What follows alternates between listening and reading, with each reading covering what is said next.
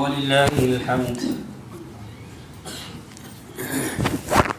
الله أكبر الله أكبر لا إله إلا الله والله أكبر الله أكبر ولله الحمد. الحمد لله نحمده ونستعينه ونستغفره ونؤمن به ونتوكل عليه ونعوذ بالله من شرور أنفسنا ومن سيئات أعمالنا. من يهده الله فلا مضل له ومن يضلله فلا هادي له. ونشهد أن سيدنا ومولانا محمدا عبده ورسوله. أما بعد فأعوذ بالله من الشيطان الرجيم. بسم الله الرحمن الرحيم. يريد الله بكم اليسر ولا يريد بكم العسر ولتكملوا العدة ولتكبروا الله على ما هداكم ولعلكم تشكرون. صدق الله العظيم. قال النبي صلى الله عليه وسلم: فإذا كان يوم عيدهم يعني يوم فطرهم باها بهم ملائكته فقال: يا ملائكتي ما جزاء أجير وفى عمله؟ قالوا: ربنا جزاؤه أن يوفى أجره. قال: وملائكتي عبيدي وإمائي قضوا فريضتي عليهم ثم يعجون إلى الدعاء فيقول: ارجعوا قد غفرت لكم وبدلت سيئاتكم حسنات. أو كما قال عليه الصلاة والسلام: میری زندگی کا مقصد تیرے دین کی سرفرازی، میری زندگی کا مقصد تیرے دین کی سرفرازی، میں اسی لیے مسلمان، میں اسی لیے نمازی. برادران اسلام،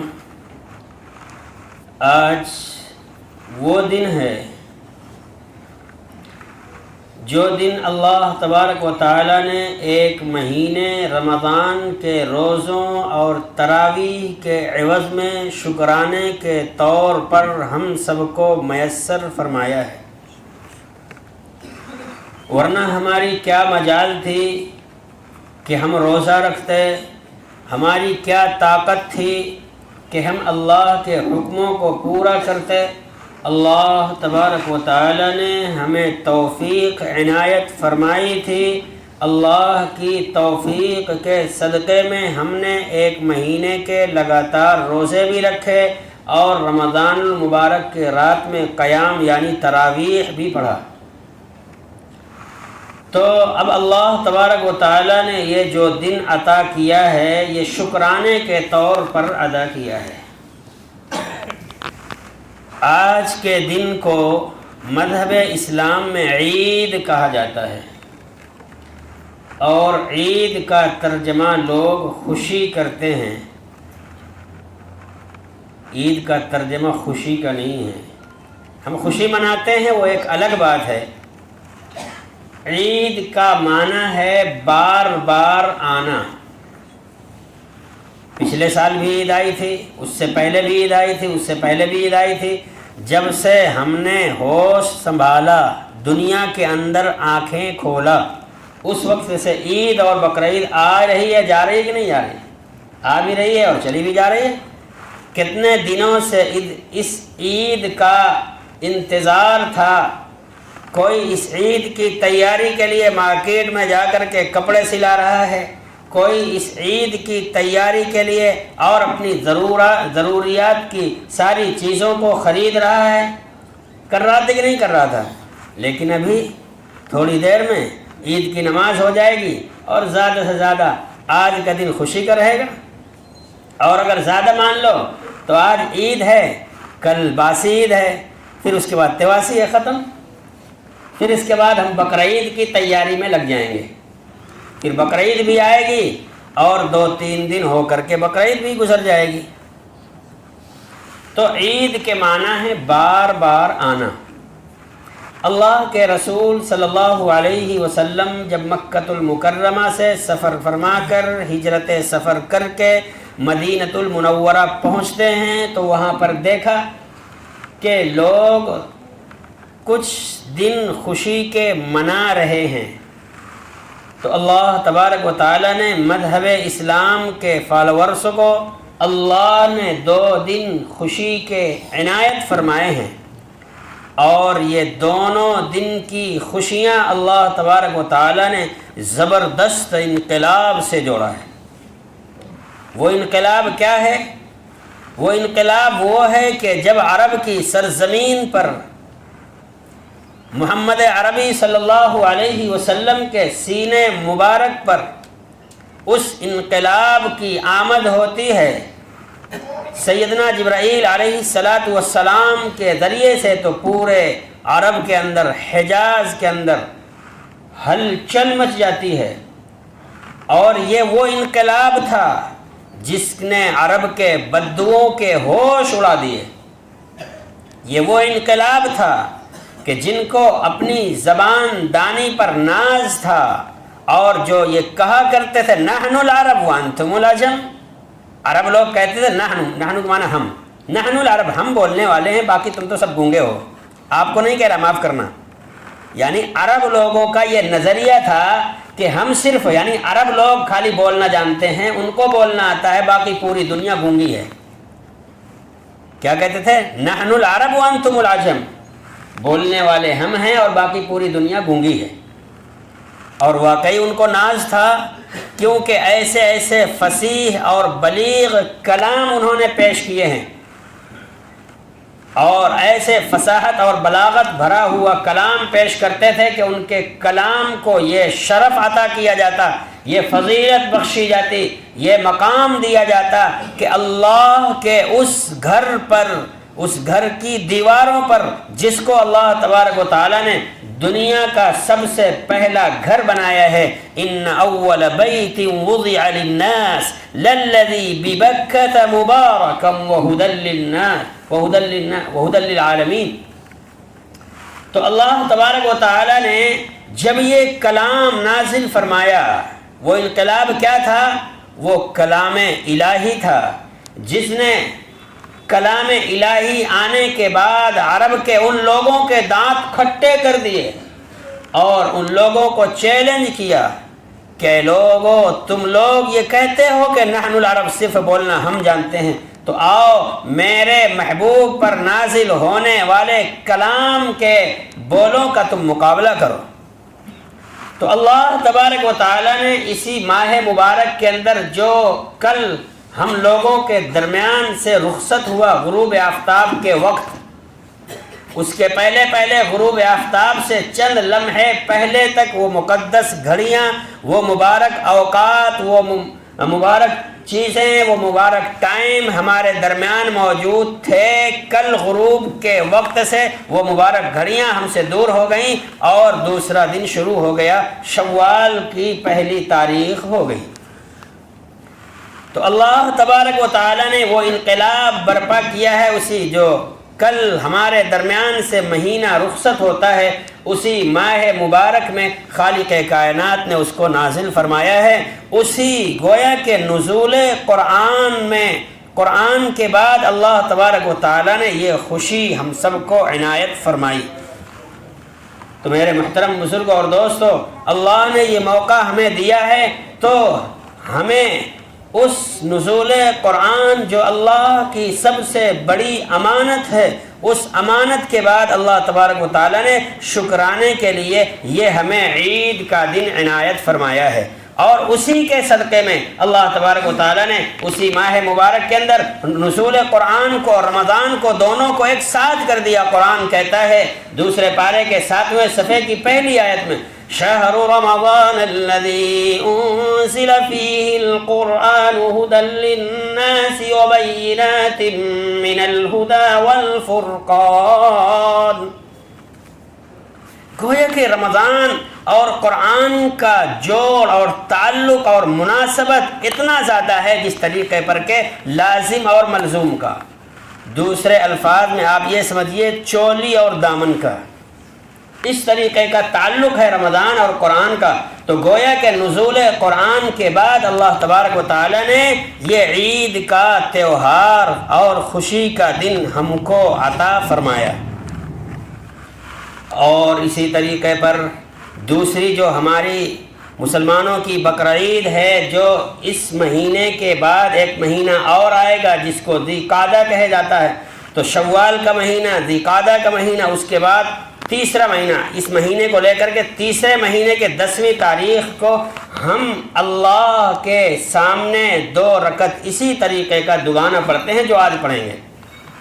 تو گویا کہ اللہ تبارک و تعالیٰ نے وہ بھی یعنی بقرعید کا تہوار بھی ہمیں نزول قرآن کے صدقے میں عطا فرمایا کہ بقرعید کے مہینے کی 9ویں تاریخ کو قرآن پاک کی ایک آیت نازل ہوتی ہے جس میں اللہ تبارک و تعالیٰ نے قرآن کے تکمیل کا اور مذہب اسلام کی تتمیم کا اللہ نے اعلان کیا ہے، الیوم اکملت لکم دینکم واتممت علیکم نعمتی ورضیت لکم الاسلام دینا۔ جب یہ آیت کریمہ نازل ہوتی ہے، جمعہ کا دن تھا، چاند کی 9 تاریخ تھی، عرفہ کا دن تھا، اور عرفہ کے دن ایک عبادت جس کو حج کہا جاتا ہے، حج کا سب سے اہم رکن اس دن ادا کیا جاتا ہے عرفہ کے دن۔ تو گویا کہ اللہ تبارک و تعالیٰ نے ہمیں جو 2 خوشی کے دن عطا فرمائے ہیں، جو 2 تہوار ہمیں عید اور بقرعید کے شکل میں عطا فرمایا ہے، اللہ تبارک و تعالیٰ نے دونوں تہواروں کو نزول قرآن سے معلق فرمایا، اور نزول قرآن سے اس کو گویا کہ نزول قرآن کے بعد ہی اللہ تبارک و تعالیٰ نے یہ 2 تہوار ہم کو عطا فرمائے۔ اب یہ جو ہے رمضان و یہ عید، اللہ کے رسول صلی اللہ علیہ وسلم کہتے ہیں، حدیث قدسی کے اندر ہے کہ آقا علیہ السلام نے فرمایا کہ فَإِذَا كَانَ يَوْمُ عِيدِهِمْ، پھر جس دن عید کا دن ہوتا ہے یعنی یوم فطرہم، افطار کا دن ہوتا ہے، آج کے دن روزہ نہیں رکھ سکتے، آقا علیہ السلام نے فرمایا ہے لا تصوموا في هذه الايام فانها اكل وشرب وبعال، کہ ان 5 دنوں میں روزہ رکھنا جائز نہیں ہے کیونکہ یہ اللہ کی مہمانی کے دن ہیں، تو انہی 5 دنوں میں سے آج پہلا دن ہے، پھر بقرعید کا دن ہوگا اور اس کے 3 دن بعد ہوں گے۔ تو اللہ کے رسول صلی اللہ علیہ وسلم پر جو قرآن نازل ہوا، اس قرآن کے نازل ہونے کے بعد یہ خوشی کا دن ہم کو عطا فرمایا بطور شکرانے کے۔ اور میں نے آپ حضرات کے سامنے خطبے میں وہی آیت تلاوت کیا تھا، یرید اللہ بکم الیسر، اس کا آخری جملہ تھا لعلکم تشکرون۔ تو گویا کہ رمضان کا فلسفہ ہے تتقون، اور عید کا فلسفہ ہے تشکرون۔ اور کل کے جمعے کے بیان میں نے کہا تھا کہ ہر عمل کا کوئی نہ کوئی اثر ہوتا ہے اور اس کا اجر ہوتا ہے، تو اثر دنیا میں ظاہر ہوتا ہے، اجر اللہ تبارک و تعالی آخرت میں عطا کرتا ہے۔ تو حدیث قدسی کے اندر ہے، آقا علیہ السلام نے فرمایا فَإِذَا كَانَ يَوْمُ عِيدِهِمْ یعنی یوم فطرہم، جب عید کا دن ہوتا ہے تو باہا بہم ملائکتہ، تو رب ذوالجلال اپنے بندوں پر بطور فخر کے فرشتوں سے کہتا ہے یا ملائکتی ما جزاء اجیر وفى عملہ، اے میرے فرشتوں بتلاؤ اس شخص کے عمل کا اور کام کا بدلہ کیا ہونا چاہیے جس نے اپنی مزدوری پوری کر دیا ہو۔ یا ملائکتی ما جزاء اجیر وفى عملہ، تو فرشتے کہتے ہیں قالوا، فرشتے کہتے ہیں ربنا ان یوفى اجرہ، کہ اے اللہ جس نے اپنا کام پورا کر دیا ہو تو اس شخص کو پوری مزدوری دی جائے گی، مزدوری دینا چاہیے۔ اللہ تبارک و تعالیٰ کہتے ہیں کہ اے میرے فرشتوں وعزتی وجلالی وکرمی وعلوی وارتفاع مکانی لأجیبنہم، اے میرے فرشتوں میری عزت و جلال کی قسم، وکرمی اور میرے سخاوت اور کرم کی قسم، اور میرے بلند مرتبے کی قسم، یہ لوگ جو مجھ سے مانگیں گے، جو بھی دعا کریں گے، ہاتھ اٹھا کر کے میرے سامنے اپنی فریاد رکھیں گے، لأجیبنہم، میں ان کی ان دعاؤں کو قبول کروں گا، شرف قبول عطا فرماؤں گا۔ اور صرف یہی نہیں، آج کے دن دعا تو قبول ہوتی ہے، لیکن دعا کی قبولیت کے ساتھ ساتھ ایک چیز اور ہے، قد غفرت لکم، میں نے تمہاری بخشش کر دی۔ اللہ کیا کہتا ہے؟ قد غفرت لکم، میں نے تم کو معاف کر دیا، تمہاری بخشش کر دی۔ وبدلت سیئاتکم حسنات، یہ حدیث کے الفاظ ہیں، اور میں نے تمہاری برائیوں کو، تمہاری خطاؤں کو نیکیوں سے بدل دیا۔ کونوا مغفورا لہم، لہذا تم لوگ بخشے بخشائے واپس جاؤ۔ تو میرے محترم بزرگوں اور دوستو، آج یہ اللہ سے مانگنے کا دن ہے اور اللہ کے شکر ادا کرنے کا دن ہے۔ اللہ تبارک و تعالیٰ نے ہمیں شکر کی تعلیم دی ہے، اور شکر اللہ کا وہ مقام ہے، اللہ کی وہ نعمت ہے، اور اللہ کی جانب سے بندوں کے لیے مقام کو اونچا کرنے کا ایک ذریعہ اور واسطہ ہے۔ اللہ تبارک و تعالیٰ نے کہا وَقَلِيلٌ مِّنْ عِبَادِيَ الشَّكُورُ، لیکن شکر گزار بندے بہت کم ہوتے ہیں۔ اعملوا آل داود شکرا، آل داود کی طرح تم شکر ادا کرو۔ اور آگے کہا اعملوا آل داود شکرا، آل داود کا شکر ادا کرو۔ تو میرے محترم بزرگ اور دوستو، شکر یہ نہیں کہ اللہ تیرا شکر ہے، اللہ تیرا شکر ہے، بلکہ ہمارے عمل سے بھی شکر ظاہر ہو۔ اللہ تبارک و تعالی نے ہمیں جو نعمتیں عطا فرمائی ہیں، ان نعمتوں کا اظہار کرنا بھی شکر ہے۔ تو میرے محترم بزرگ اور دوستو، ابھی آپ حضرات کے سامنے لوگ جھولے لے کر آئیں گے، اور اس میں ہمیں سب سے پہلے اللہ کے گھر کی تعاون کے لیے درخواست کی جائے گی۔ تو اللہ کے گھر کا تعاون جو پہلا جھولا ہوگا اور پہلی تھیلی ہوگی، اس میں اللہ کے گھر کے تعاون کے لیے پتہ نہیں کون سا ہمارا روپیہ جو اللہ نے ہم کو دیا ہے، کمانے کی صلاحیت دی ہے، ہماری تھنک اور سوچ کو اللہ تبارک و تعالیٰ نے اچھی بنایا ہے، اس اعتبار سے ہم نے کمایا۔ اگر اللہ چاہتا تو ہمارا اسکرو تھوڑا سا ڈھیلا کر دیتا، ہم پاگل ہو جاتے کپڑے پھاڑتے ہوئے اور بغیر کپڑے کے برہنہ گلیوں کوچوں میں اور تراہوں اور چوراہوں پر گھوم رہے ہوتے اور لوگوں کا مذاق بن رہے ہوتے۔ لیکن اللہ تبارک و تعالیٰ نے ہمیں عقل سلیم دی ہے، تو اس عقل سلیم کا تقاضا یہ ہے کہ جہاں جہاں بھی ایسی چیزوں کی ضرورت پڑے تو ہم ہمیشہ ان کا تعاون کریں، کیونکہ مال اللہ کا ہے، اور باقی تو جھولے رہیں گے وہ خادمین مسجد کے لیے ہوں گے، اور وہ جو وصول کر رہے ہیں وہ اپنا بولتے بھی جائیں گے۔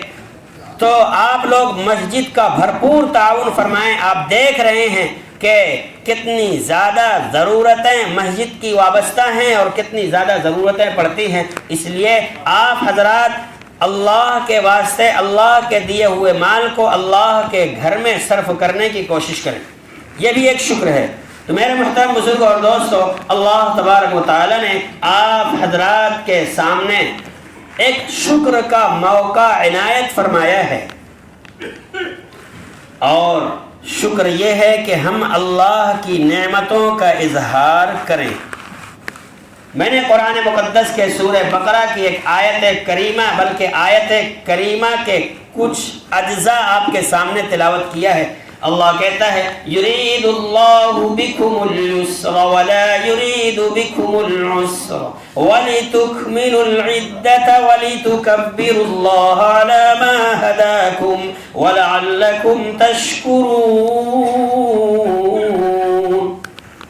اللہ تمہارے ساتھ آسانی پیدا کرنا چاہتا ہے، تمہیں مشقت میں اور پریشانی میں اور تنگی میں ڈالنا نہیں چاہتا۔ اور تم اللہ کی کبریائی بیان کرو، اللہ کی عظمت و بڑائی کے بول بولو، وَلِتُكَبِّرُوا اللَّهَ، اور اللہ کی عظمت و بڑائی کے الفاظ اپنی زبان سے ادا کرو۔ اسی لیے ان دونوں تہواروں میں اس اللہ کی کبریائی کی جو تکبیر ہوتی ہے ببانگ دہل، یہ بار بار کہا جاتا ہے، اللہ اکبر اللہ اکبر، لا الہ الا اللہ واللہ اکبر، اللہ اکبر وللہ الحمد۔ تو میرے محترم بزرگوں اور دوستو، یہ ہمیں جو خوشی کا موقع عنایت فرمایا ہے، اس خوشی کا موقع پانے کے بعد ہمیں اللہ کے ان بندوں کا بھی خیال رکھنا ہے جن کو اللہ تبارک و تعالی نے کسی بھی اعتبار سے کمزور بنایا ہے، ورنہ ہمارے پاس کوئی فیکٹری تو لگی نہیں تھی کہ جس سے ہم بن سنور کر کے اچھے آ گئے ہوں، ہمارے پاس کوئی ایسی مشینری نہیں تھی کہ اس میں ہماری عقل کمزور تھی، مشینری میں ہم کو ڈھالا گیا، ہماری عقل مضبوط ہو گئی۔ اللہ نے اپنے خزانے غیب سے، اپنے کارخانے عالم سے ہم کو عقل بھی دیا، سوچنے والا دل بھی دیا، دیکھنے والی آنکھیں بھی دی، سننے والے کان بھی دیے۔ اگر اللہ چاہتا ہم کو بہرا کر دیتا، اگر اللہ چاہتا ہم کو نابینا کر دیتا، اور ہم ایک ایک قدم پر اللہ اس زمین کے ایک ایک قدم پر چلنے کے لیے محتاج ہوتے، سہارے کی ضرورت پڑتی، لیکن اللہ تبارک و تعالی نے ہم کو بالکل درست بنایا ہے، ہمارا دماغ ٹھیک بنایا ہے، ہماری آنکھیں بالکل ٹھیک ہیں، سب دیکھتی ہیں، ہم کو نابینا نہیں بنایا۔ اور اسی طریقے پر اللہ تبارک و تعالی نے جو بھی ہمیں انعامات سے نوازا ہے، اللہ کا کرم ہے کہ اللہ تبارک و تعالی نے ہمیں ہر چیزیں عطا کی ہیں۔ اگر اللہ تبارک و تعالی ہم کو ایک ہاتھ نہ دیتا تو بتائیے ہم کتنے پریشانی میں مبتلا ہو جاتے۔ اگر اللہ تبارک و تعالی ہمیں آنکھیں نہ دیتا، ہم ایک ایک قدم پر سہارے کا محتاج ہوتے۔ اسی طریقے پر اگر اللہ تبارک و تعالی یہ دو ٹانگیں ہم کو نہ دیتا، ہم کس طریقے پر چلتے اور کیسی زندگی گزارتے؟ ہم نے کوئی اللہ سے درخواست نہیں کی تھی، پھر بھی اللہ تبارک و تعالی نے ہم کو صحیح سالم بنایا ہے۔ اللہ کہتا ہے، یا ایھا الانسان ما غرک بربک الکریم، اے بندے تجھے تیرے رب سے کس چیز نے دھوکے میں ڈال دیا ہے؟ کس چیز کو تجھے بڑائی اور گھمنڈ ہے؟ کس چیز کا غرور ہے کہ تو اپنے آپ کو کچھ اور سمجھتا ہے، دوسروں کو حقیر اور ذلیل سمجھتا ہے؟ ایسا نہیں ہونا چاہیے۔ جو اس طریقے کا تصور قائم کرے گا، اللہ تبارک و تعالیٰ اس شخص کو برباد کر دے گا۔ آقا علیہ الصلوۃ والسلام نے فرمایا ہے، من لم یرحم صغیرنا ولم یعقل کبیرنا ولم یبجل عالمنا، جو ہمارے چھوٹوں پر شفقت نہ کرے، بڑوں کی عزت نہ کرے، عالم دین کی قدر نہ کرے، فلیس منا، خبردار اللہ کے رسول صلی اللہ علیہ وسلم نے ارشاد فرمایا ہمارا اس کا کوئی تعلق نہیں۔ تو میرے محترم بزرگوں اور دوستو، یہ خوشی کا موقع ملا ہے، ہمیں آپے سے باہر نہیں ہونا، آقا علیہ الصلوۃ والسلام کی شریعت اور سنت کا پاس و لحاظ رکھنا ہے۔ اللہ کے رسول صلی اللہ علیہ وسلم نے ہمیں کیا تعلیم دی ہے؟ ایک واقعہ آپ کے سامنے مختصر سا عرض کرتا ہوں، اس کے پہلے یہ واقعہ آپ کی نگاہوں کے سامنے آ چکا ہے۔ عید کا دن تھا، ایسے ہی خوشی کا مقام تھا۔ اللہ کے رسول صلی اللہ علیہ وسلم اپنے گھر سے باہر نکلے اور عیدگاہ جا رہے تھے۔ راستے میں دیکھا کہ چند بچے کھیل رہے ہیں اور صاف ستھرے نئے کپڑے بھی پہنے ہوئے ہیں، اور ایک بچہ ان بچوں سے علیحدہ ہٹ کر کے کھڑا تھا۔ اس کے جسم پر پرانے اور بوسیدہ اور پھٹے ہوا لباس تھا، اور اس کی افسردگی یہ ظاہر کر رہی تھی کہ یہ مغموم ہے، غم زدہ ہے، ٹینشن میں ہے، پتہ نہیں کیا بات ہے جس کی وجہ سے یہ اتنا زیادہ مغموم نظر آ رہا ہے۔ کائنات کے ہیرو جناب محمد رسول اللہ صلی اللہ علیہ وسلم اس بچے کے پاس جاتے ہیں اور بچے سے کہتے ہیں، ما بالک یا ولد، اے بچے کیا حال ہے تمہارا؟ تم اس طریقے پر کیوں کھڑے ہو؟ مغموم خاطر کیوں ہو؟ یہ سب کھیل رہے ہیں، خوشی منا رہے ہیں، تم تنہائی میں اکیلے کیوں کھڑے ہو؟ اس نے کہا کہ یا رسول اللہ صلی اللہ علیہ وسلم، مجھے خوشی دینے والا اس دنیا میں کوئی نہیں ہے، نہ میرے ابو ہیں نہ میرے امی ہیں، میں یتیم ہوں، میرا کوئی سہارا نہیں، اسی لیے میں نے آج خوشی کے دن بھی پھٹے ہوئے کپڑے پہنے ہیں، اسی لیے میرے پاس کھیلنے کے لیے جو چیزیں یہ بچے میرے ساتھی کھیل رہے ہیں کچھ بھی نہیں ہے۔ یا رسول اللہ، میں کس وجہ سے خوشی مناؤں؟ کیا چیز ہے میرے پاس خوشی کے لیے؟ آقا علیہ السلام نے جب اس کے یہ جملے سنے، اس بچے کو فوراً اپنے ساتھ لے گئے، اور ساتھ لے جانے کے بعد آقا علیہ السلام نے اس بچے کو اپنے گھر لے گئے۔ حضرت عائشہ صدیقہ سے فرمایا کہ عائشہ، اس بچے کو نہلاؤ اور دھلاؤ، اور آقا علیہ السلام نے حضرت فاطمہ کے یہاں اطلاع بھیجی کہ حسن اور حسین میں سے جس کے کپڑے سب سے اچھے ہوں ان کا ایک جوڑا کپڑا میرے گھر میں بھیج دو، ایک مہمان ہے ہمارے پاس۔ اللہ کے رسول صلی اللہ علیہ وسلم کے بڑے نواسے حضرت حسین کا کپڑا ان کے گھر میں لایا جاتا ہے، اور لانے کے بعد آقا علیہ السلام نے حضرت عائشہ سے کہہ کر کے اس بچے کو وہ کپڑا پہناتے ہیں، اور پہنانے کے بعد اس بچے کو اپنے ساتھ لے کر کے چلتے ہیں۔ تو روایت میں یہ ہے کہ اس کے دائنے ہاتھ کی انگلی آپ صلی اللہ علیہ وسلم اپنی اس کو پکڑاتے ہیں، اور بائیں جانب اپنے دونوں نواسوں کو، جن کا مقام و مرتبہ یہ ہے، آقا علیہ السلام نے ارشاد فرمایا سیدہ شباب اہل الجنہ، جو جنتی نوجوانوں کے سردار ہیں ان کو بائیں طرف لیتے ہیں، اس یتیم بچے کو اپنے دائنے ہاتھ کی انگلی پکڑا کر کے ساتھ میں چلتے ہیں۔ اور ایک روایت میں یہ ہے کہ آقا علیہ السلام نے اس بچے کو اپنے مبارک اور مقدس کاندھے پر بیٹھاتے ہیں، دائنے ہاتھ پر حضرت حسین کو لیتے ہیں، بائیں ہاتھ پر حضرت حسن کو لیتے ہیں، اور یوں چلے جاتے ہیں۔ جب اس جگہ پر پہنچتے ہیں جہاں پر وہ چند بچے کھیل رہے تھے، ان بچوں نے جب اس بچے کا مقام و مرتبہ دیکھا، آقا علیہ السلام کے کاندھے مبارک پر بیٹھا ہوا دیکھا، تو ان لوگوں نے کہا کاش کہ آج ہم بھی یتیم ہوتے، کاش کہ ہمارے والدین بھی دنیا سے چلے گئے ہوتے، اور ہم بھی آقا علیہ السلام کے کاندھے پر سواری کر رہے ہوتے۔ تو میرے محترم بزرگ اور دوستو، عید کا پیغام ہمیں عید کی خوشی ہمیں یہ پیغام دیتی ہے کہ ہم اپنے پاس پڑوس اور یتیموں کو، اور اپنے معاشرے کے اندر، اپنے پڑوس کے اندر جو بھی اس طریقے کے ضرورت مند ہیں، ہم سب کی ضرورتوں کا خیال رکھیں۔ میرے محترم بزرگوں دوستو، اعلان کیا گیا تھا کہ 7:45 پر نماز ہوگی، اب بس 5 منٹ باقی ہے، تو آپ واقعات تو اس طریقے پر بات نکلتی چلی جائے گی، لیکن اب چونکہ جس مقصد کے لیے ہم اور آپ حضرات جمع ہوئے ہیں، اس مقصد کے لیے اس نماز کا طریقہ چونکہ سال میں 2 مرتبہ آتی ہے، اس لیے یاد نہیں رہتی کس طریقے پر پڑھا جائے گا۔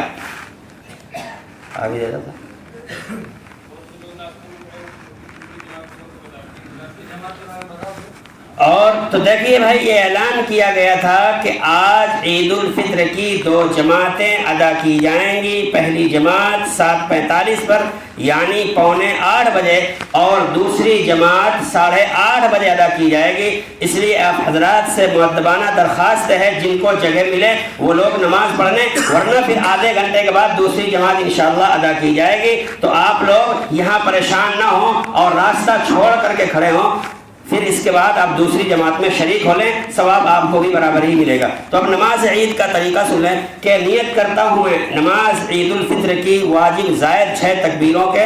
آپ لوگ مقتدی ہیں تو کہیں گے پیچھے اس امام کے منہ میرا کعبہ شریف کی طرف اللہ اکبر، اور اگر اتنی چوڑی لمبی نیت نہ آتی ہو تو آپ کے آنے کا مقصد ہی عید کی نماز پڑھنا، تو آپ یہ کہیں کہ میں امام کے پیچھے عید کی 2 رکعت پڑھ رہا ہوں، بس میں امام کے پیچھے عید کی 2 رکعت نماز پڑھ رہا ہوں۔ اب نماز یہ نیت ہو گئی، نیت ہونے کے بعد امام اللہ اکبر کہہ کر کے ہاتھ باندھ لے گا، اس کے بعد ثنا پڑھا جائے گا، آپ سب ثنا پڑھیں گے۔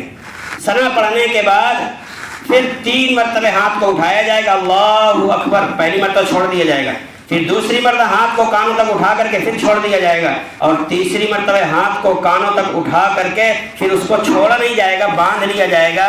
پھر امام سورہ فاتحہ اور اس کے بعد کوئی سورت پڑھ کر کے عام نماز کی طرح رکوع اور سجدہ کریں گے۔ پھر اس کے بعد دوسری رکعت کے لیے جب امام کھڑے ہوں گے تو پہلے الحمد پڑھیں گے، سورت پڑھیں گے، اور قرأت کے بعد رکوع سے پہلے پھر 3 مرتبہ ہاتھوں کو کانوں تک اٹھایا جائے گا، اللہ اکبر، ہاتھ کو چھوڑ دیا جائے گا، پھر دوسری مرتبہ ہاتھ کو اٹھایا جائے گا، اللہ اکبر کہہ کر ہاتھ کو چھوڑ دیا جائے گا، پھر تیسری مرتبہ اللہ اکبر کہہ کر ہاتھ کو اٹھایا جائے گا اور ہاتھ کو چھوڑ دیا جائے گا، اور چوتھی مرتبہ ہاتھ کو اٹھایا نہیں جائے گا، جیسا کہ عام نمازوں میں ہم قرأت سے جب رکوع میں جاتے ہیں تو ہاتھ نہیں اٹھاتے ہیں، تو 3 مرتبہ ہاتھ کو اٹھا کر کے چھوڑ دینا ہے، اور چوتھی مرتبہ ہاتھ کو اٹھائے بغیر اللہ اکبر کہتے ہوئے سجدے رکوع میں چلے جائیں گے، نماز کی تکمیل کی جائے گی، پھر اس کے بعد خطبہ ادا کیا جائے گا، اور خطبہ سننا واجب ہے، آپ حضرات نماز کے بعد خطبہ سنیں، پھر اس کے بعد اپنے اپنے گھروں کو روانہ ہوں۔ اللہ تبارک و تعالی ہم سب کو کہنے سننے سے زیادہ عمل کی توفیق عطا فرمائے۔ وآخر دعوانا الحمدللہ رب العالمین۔ سفید درست فرمائیں۔